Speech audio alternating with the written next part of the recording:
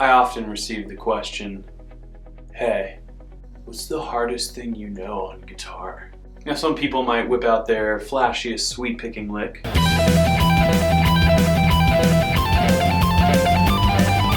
And others may reveal their most complicated two-handed tapping pattern.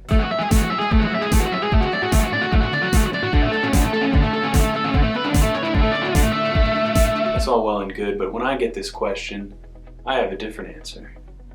The hardest thing I know how to do on guitar is practice.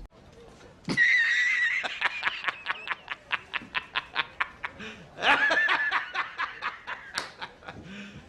you serious? Now, I'm not joking, and this actually is a skill, and it didn't come overnight.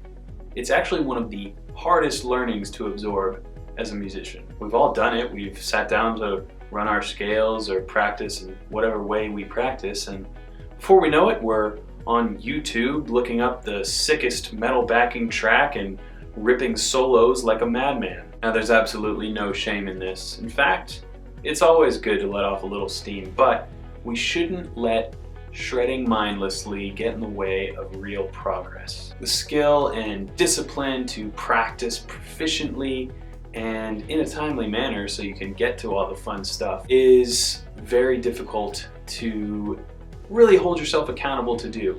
And like I mentioned, it took me a long time to figure it out. Above all, music should be fun, so never hold yourself to practice if it's not fun. But I do think a lot of people don't understand that when you do practice a little bit consistently, guitar gets a lot more fun because you can do so much more and you progress very quickly if you have the discipline to sit down and do a little practicing. Of course, in the end, it's totally up to you what you do with your time, but maybe this is some food for thought. And I hope this message finds you well. Until next time, keep shredding and practicing.